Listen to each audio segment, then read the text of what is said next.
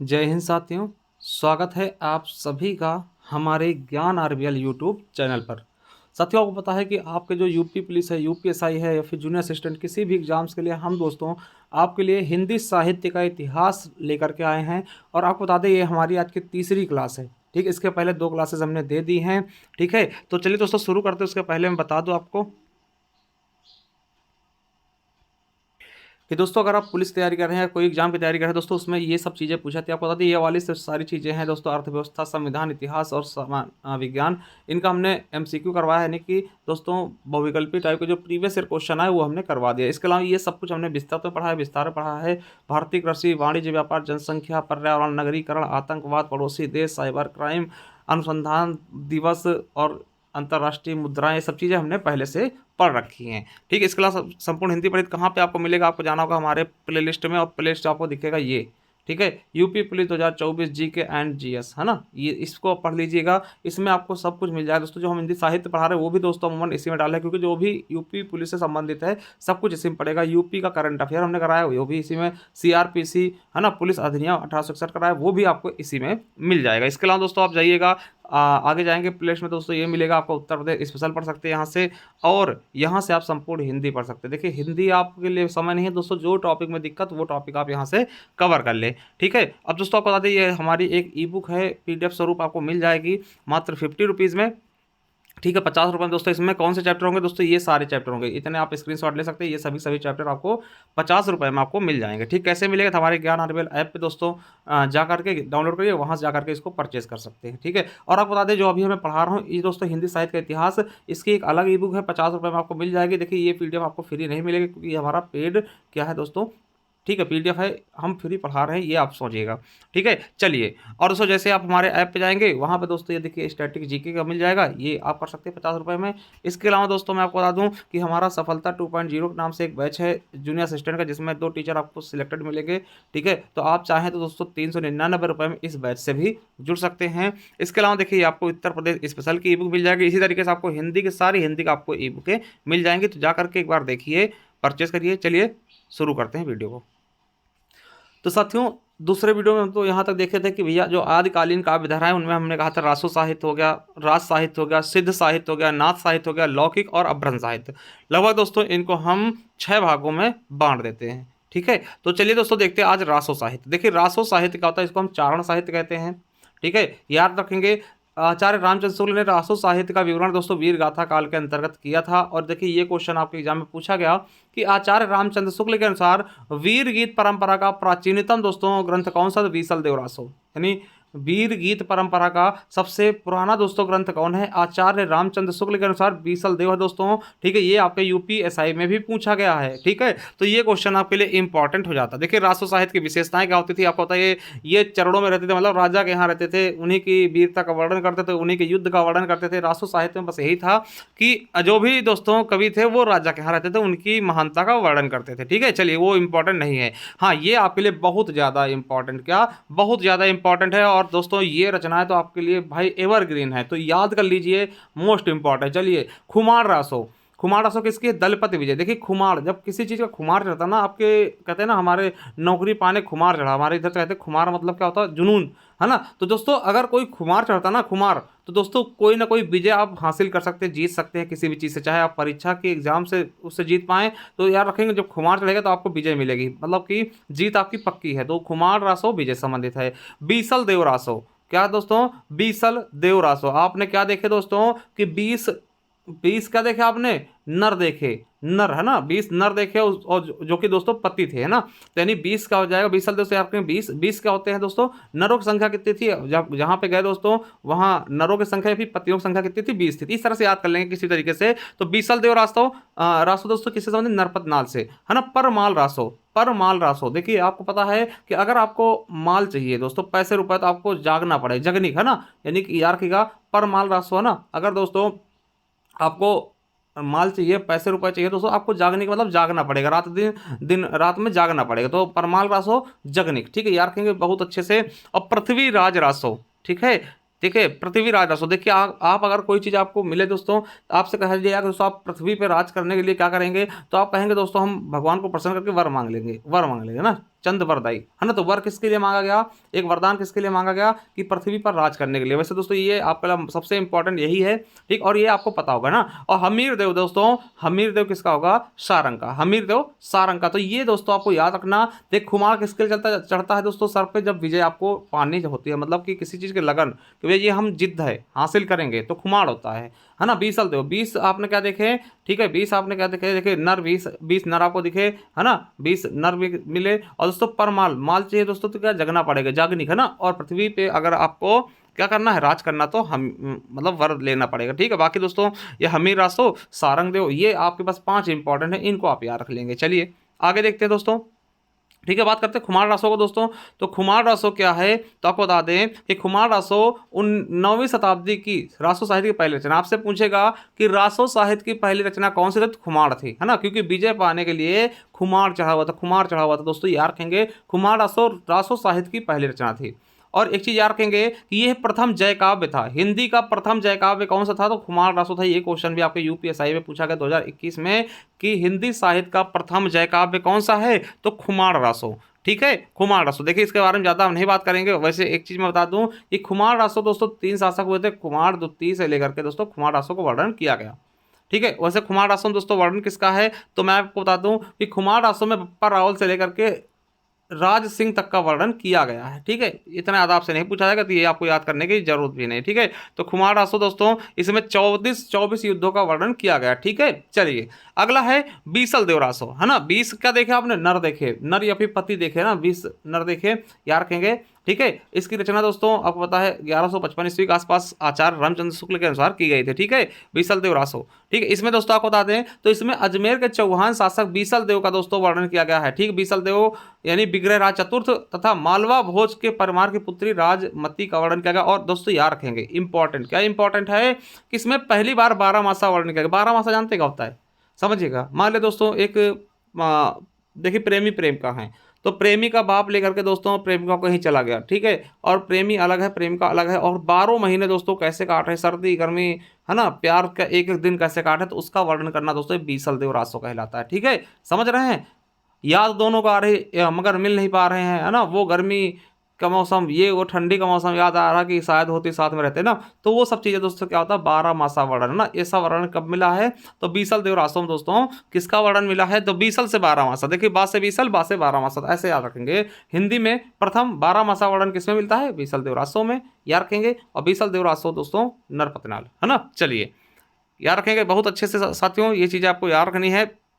देखिए जो जो चीज़ें इंपॉर्टेंट मैं वही बताऊंगा आपको। बता दें इसमें दोस्तों 4 खंड है और 2000 चरणों का वर्णन किया गया। प्रथम खंड में देखिए बीसल देव व राजमती का विवाह हो जाता है दोस्तों, ठीक है। द्वितीय खंड में क्या होता है, राजमती कोई कथन से, देखिए वैसे लड़कियों का आदत होता है उसको गुस्सा होकर निकल रही है ना, तो बीसल देव ने कुछ कह दिया और राजमती मुंह लटकाया दोस्तों, गुस्सा होकर दोस्तों बीसल देव के उड़ीसा जाने का ऑर्डर, मतलब देखिए औरतें गुस्सा हो गई तो पति क्या करेगा, भाग जाएगा। वो दोस्तों वहां छोड़ के राजपाट चला गया, बीसल देव उड़ीसा चला गया, ठीक है। अब दोस्तों तृतीय में है राजमती के वियोग का वर्णन, राजमती बिछुड़ गई, ठीक है। और दोस्तों चतुर्थ में क्या है ना, यहीं पे दोस्तों 12 मासा वर्णन होता है भैया कि 12 महीने कैसे कटे, है ना, 12 महीने 12 तरीके से, कैसे 12 महीनों 12 तरीके से तुझको प्यार जताऊंगा मैं ना, वैसा वाला सिस्टम इनका चल रहा था बीसल देव रासो में, ठीक है। चलिए चतुर्थ में क्या होता है, चौथे में क्या होता है कि राजा भोज आते दोस्तों, भोज परमार आते अपनी पुत्री को घर लेके बीसल देव से मिलवा देते, यानी चौथे में फिर से मिल जाते। पहले में दोस्तों क्या होता है, विवाह होता है, दूसरे में बिछड़ जाते हैं, तीसरे में बिछड़ने का वर्णन होता है, चौथे में दोस्तों फिर से मिल जाते हैं ना। ये चीजें इंपॉर्टेंट है मगर फिर भी मैं थोड़ा सा आपको जानकारी दे दूं, है ना। परमाल रासो जगनिक, परमाल रासो जगनिक दोस्तों इसमें क्या है, तो आपको बता दूं ये दोस्तों इसको आल्हा बोलते हैं। ये इंपॉर्टेंट कई बार पूछा गया कि भैया परमाल रासो को क्या बोलते हैं, तो आल्हा दोस्तों, आल्हा खंड किसमें है दोस्तों, आल्हा इसी का एक पार्ट है दोस्तों, तो आल्हा किसमें है, तो परमाल रासो में है दोस्तों, याद रखेंगे। इस रचना में कालिंजर के राजा परमार देव, है ना, परमार देव के 2 सरदारों दोस्तों, वीर सरदारों आल्हा और उदल की वीरता का वर्णन किया गया। यू भी यूपीएसआई में पूछा गया, बहुत इंपॉर्टेंट आपसे पूछेगा आल्हा किसका खंड है, परमाल रासो का, किसका, आल्हा किसका खंड है, परमाल रासो का, ठीक है। आपको पता आल्हा अगर चला दिया था तो जो जागा होता है सोया हुआ व्यक्ति भी जाग उठता, जागने है ना, याद रखेंगे। ये चीजें आपको शानदार तरीके से याद रखनी, ठीक है। चलिए तो ये इनको आपको याद रखना है कि आधा आल्हा, है ना। और देखो आपको बता दें ये क्वेश्चन भी आपके एग्जाम में पूछा गया कि जो आल्हा है ना, इसके पद जो है बुंदेलखंड, महोबा, बांसवाड़ा के आसपास वर्षा ऋतु में गाया था। यानी कि आल्हा जो है बुंदेलखंड के आसपास बहुत ही तेजी से प्रचलित है। ये वीर रस का सबसे अच्छा उदाहरण है। क्या? वीर रस का सबसे अच्छा उदाहरण दोस्तों। ये चीज याद रखेंगे, बहुत इंपॉर्टेंट है। ठीक है, क्या है? बहुत इंपॉर्टेंट है दोस्तों। चलिए आगे देखते हैं। अगला क्या है? पृथ्वीराज रासो। दोस्तों ये आपका देखिए यूपी एसआई में पूछा गया और वीडियो में भी पूछा गया। ठीक है, इसमें मैं आपको बता दूं पृथ्वीराज रासो के रचनाकार कौन है? चंद्र बरदाई हैं। ठीक है, याद रखेंगे। और आपको बता दूं कि हिंदी का प्रथम महाकाव्य कौन सा? तो ये पृथ्वीराज रासो। ये आपका क्वेश्चन यूपीएसआई में पूछा गया, हिंदी का प्रथम महाकाव्य कौन सा है? तो पृथ्वीराज रासो। और पहले महाकवि हो जाएंगे कौन? हो जाएंगे जिन्होंने दोस्तों इसको लिखा, यानी कि चंद बरदाई। देखिए हो सकता है आपको लगे कि सर तेज पढ़ा रहे हैं, तो भैया थोड़ा सा धीमा कर लीजिएगा आप, है ना, क्योंकि अभी समय नहीं है कि एक एक चीज़ें मैं आपका हाथ पकड़ के एक्सप्लेन कराऊं, है ना। तो इतना समझिएगा, इतना मैनेज करिए, थोड़ा सा धीमे कर लीजिएगा। आपके उसमें ऑप्शंस होते हैं। या फिर दोस्तों बहुत से बच्चे जो अच्छे से उनको रिवीजन चल रहा है, एक रिवीजन क्लास है। ठीक है, ये आपके लिए ये नहीं कि आप इसको आराम से पढ़िए, रिवीजन क्लास है, आप देख लीजिए, हो सकता है आपके एग्जाम में क्वेश्चन यहाँ से बन जाए। ठीक है, चलिए। और आपको याद रखना दोस्तों, आचार्य रामचंद्र शुक्ल ने इसे छंदों का अजायब घर कहा था, क्योंकि दोस्तों इसी में पृथ्वीराज रासो में लगभग 68 छंदों का प्रयोग किया है। 68 छंद। देखिए मुझे तो 68 छंद भी याद नहीं होंगे, इन्होंने 68 छंदों का प्रयोग कर दिया। ठीक है, तो याद रखेंगे दोस्तों। ठीक है, चलिए अब एक चीज याद रखेंगे कि केशव दास ने दोस्तों रामचंद्रिका को छंदों का अजायब घर बोला है। ठीक है, और जबकि दोस्तों काव्य शास्त्र का अजायब घर कौन सा है? रामचरित मानस को आचार्य राम शुक्ल जी ने कहा है। ठीक है, चलिए ये चीजें आप समझ गए होंगे। चलिए आगे देख लेते हैं दोस्तों। ठीक है, आगे क्या आपके लिए इंपॉर्टेंट है वही चीज़ों पे बात करेंगे, फोकस करेंगे। देखिए सारंग रासो, हमीर देव का सारंग रासो दोस्तों याद रखेंगे। बस इतना ही याद रख लेंगे दोस्तों, हमीर देव की रचना कौन सी? सारंग रासो। यही क्वेश्चन आपके एग्जाम में पूछा जाएगा और ज़्यादा कुछ नहीं। ठीक है, ये चीज़ें जो विजय पाल रासो दोस्तों नल सिंह भट्ट की है, ये भी याद रख लेंगे। विजय पाल रासो किसकी है? नल सिंह भट्ट की, नल सिंह भट्ट की, है ना। नल सिंह भट्ट की का है विजय पाल रासो, यूपीएसआई में ये भी क्वेश्चन पूछा गया। चलिए अब दोस्तों आपने देख लिया। ठीक है, अब दोस्तों देखिए रासो साहित्य देख लिया। अब सिद्ध साहित्य देखते हैं। सिद्ध साहित्य यानी ये बौद्ध धर्म से संबंधित है। देखिए बौद्ध धर्म आपको बता दें दो भागों में बटा था, पहले हीनयान फिर महायान। फिर दोस्तों महायान भी दो शाखाओं में बढ़ गए, एक सहजयान एक वज्रयान। तो वज्रयान के जो अनुयायी थे वही दोस्तों सिद्ध साहित्य में आए थे। ठीक है, चलिए अब दोस्तों सिद्ध साहित्य के बारे में बात करें तो इसमें दोस्तों आपको बता दें 84 सिद्धों का वर्णन है। ये क्वेश्चन आपके लिए इंपॉर्टेंट है। क्या इंपॉर्टेंट है? तो दोस्तों याद रखेंगे कि सिद्धों के बारे में विस्तृत जानकारी किसने दी? राहुल सांकृत्यायन ने। ठीक है, और याद रखना कि राहुल सांकृत्यायन ने सरहपा को हिंदी का प्रथम कवि माना है। ये आपको यूपीएसआई में पूछा गया। आपसे कई बार क्वेश्चन पूछा गया कि हिंदी के प्रथम कवि कौन है? तो सरहपा हैं। ये मैंने पहले भी बता चुका हूँ ना। और आपसे ये भी क्वेश्चन पूछा था कि टोटल कितने क्या थे दोस्तों? सिद्ध कितने थे? टोटल 84 सिद्ध थे। ठीक है, राहुल सांकृत्यायन के अनुसार दोस्तों कितने सिद्ध थे? 84 सिद्ध थे। यार के मोस्ट इंपॉर्टेंट क्वेश्चन है, 84 सिद्ध थे। ठीक है, राहुल सांकृत्यायन के अनुसार दोस्तों पहले कवि कौन हुए? सरहपा।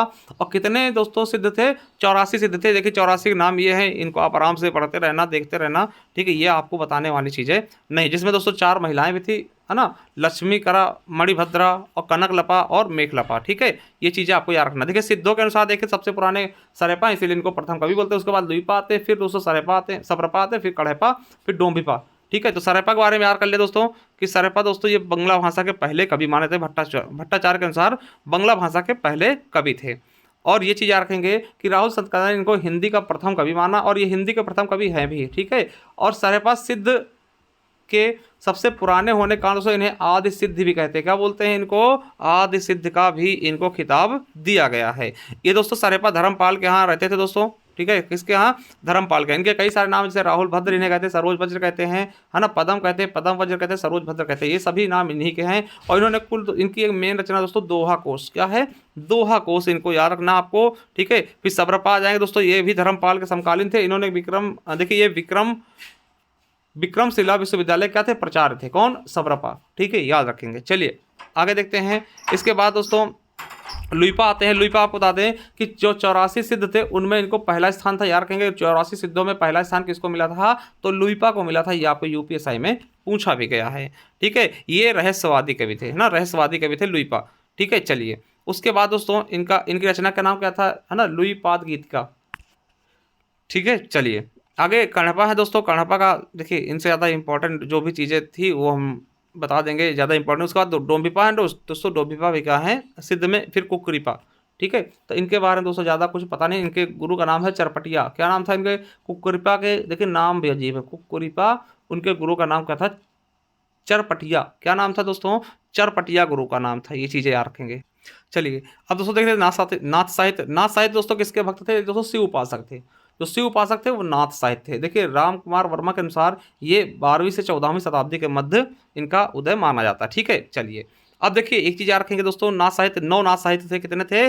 9 नाथ साहित्य इनके अनुसार माने गए थे दोस्तों। 9 नाथ साहित्य किसके कौन कौन से? नागार्जुन हो गए, जड़भरत हो गए, हरिश्चंद्र हो गए, सत्यनाथ हो गए, भीमनाथ हो गए और गोरक्षनाथ हो गए, चरपटनाथ हो गए, जलंधर नाथ और मलयार्जुन। ये दोस्तों 9 थे दोस्तों किसके अनुसार? राहुल सांकृत्यायन के अनुसार। वहीं दोस्तों राम कुमार वर्मा और हजारी प्रसाद के अनुसार दोस्तों ये हो गए। कौन कौन से हो गए? तो आदिनाथ, मतेंद्रनाथ, गोरखनाथ है ना, गहनीनाथ, चरपटनाथ, चौरंगीनाथ, जालिंदरनाथ और भरतनाथ और गोपीनाथ। ये दोस्तों हजारी प्रसाद द्विवेदी और राम कुमार शुक्ल के अनुसार थे। ठीक है, राम कुमार वर्मा के अनुसार। चलिए ये चीज़ आप देख सकते हो दोस्तों, ज़्यादा इंपॉर्टेंट यहाँ से है नहीं। ठीक है, तो ये नाथ साहित्य में कुछ ज़्यादा है नहीं, बस इतना याद रख लेंगे। ठीक है, चलिए देखिए ये याद रख लेंगे, मत्स्यनाथ जो हैं थे, इन्होंने दोस्तों 60 चक्रों वाला योग धर्म और हठ योग साधना प्रणाली ये गोरखनाथ की ही देन है। ठीक है, याद रख लेंगे ये चीज़ें। इनके गुरु कौन थे? गोरखनाथ के गुरु कौन थे? मत्स्यनाथ। ठीक है, तो ये चीज़ें आपको याद रखना है। चलिए बाकी दोस्तों ये सारी चीज़ें, और इनकी भाषा क्या थी दोस्तों? सदुक्कड़ी थी। ठीक है, सदुक्कड़ी थी।